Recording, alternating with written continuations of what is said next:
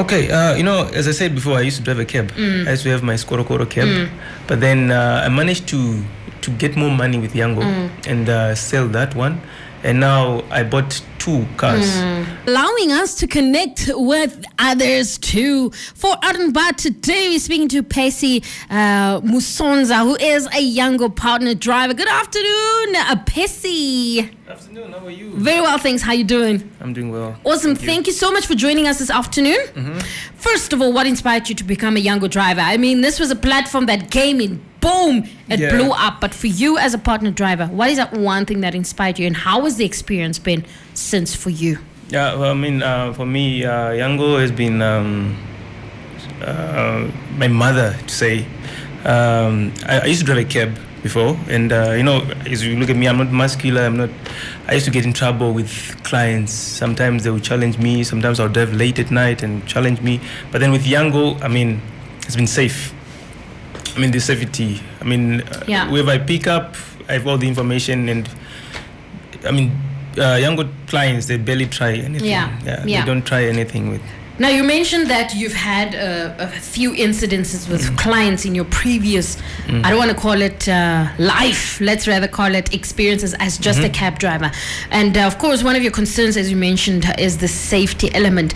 But in terms of misconceptions that you had before joining Yango and what the reality is, could you share that with us?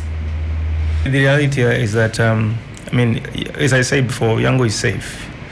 For me, it's been the most thing that I've loved about it is safety.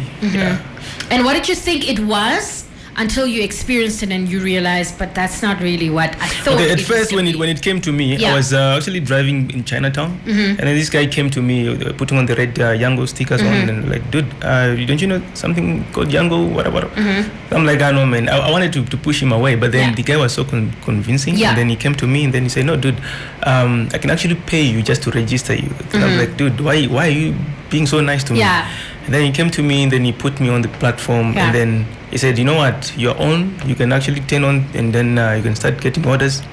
And then that day, it was a very low day for me. And then I got my first order, and then I see, wow, $40 just to take someone nearby.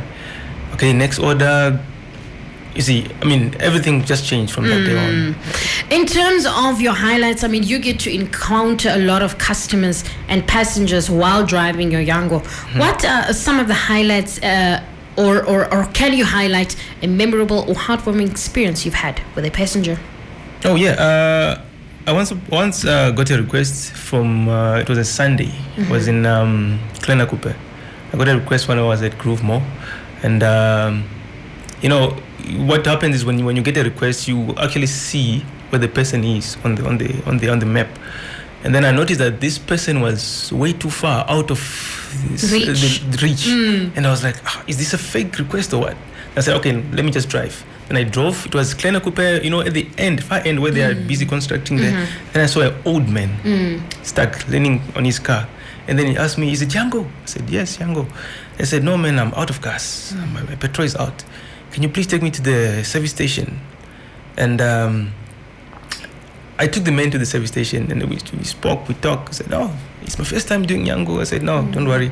I'll show you how it's done. And then we went to engine service station by Olympia. We filled up the can. We came back. He was so happy. And then he was like, oh, dude, you know what? This service, I didn't know about it. Actually, you saved my life. And this side, no cabs, nothing. And for me, I felt like, okay, I've done something. And Yango has just made me happy here, helping a grown man like this. And this, of course, gets me to my next question, of which the story you shared is one way that has positively influenced your life as a Yango driver. Now, in what ways has being a driver on Yango not just positively influenced your life, but also allowed you to achieve personal or professional goals?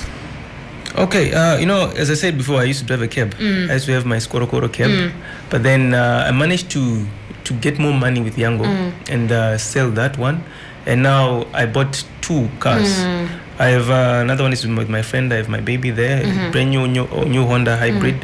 I mean, financially, I'm now stable. Yeah. Before. How does Yango's support and driver-focused initiatives contribute to a better working experience for you as a driver?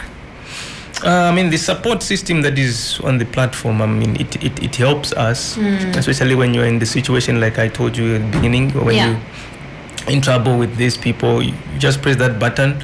Immediately you record the conversation, and then you send it to them, and then they will respond immediately, and then they will instruct you what to do next. Yeah. And I think that is quite important in terms of support for drivers, because it's not just about the client or the passengers, but also protecting the drivers. Okay, finally, what message do you have for anyone out there who wants to become a driver on Yango? You're welcome. Yango, when I joined Yango, I was welcomed with both hands, and they made me a family. And if you come to Yango, I'm telling you, it's guaranteed. You're guaranteed to get positive returns. Yeah. Thank you so much, Pessy, for joining us this beautiful Wednesday afternoon. And that was Out and About on your favorite radio station, 99 FM. Out and About on 99 FM was proudly brought to you by MTC. MTC, make the connection.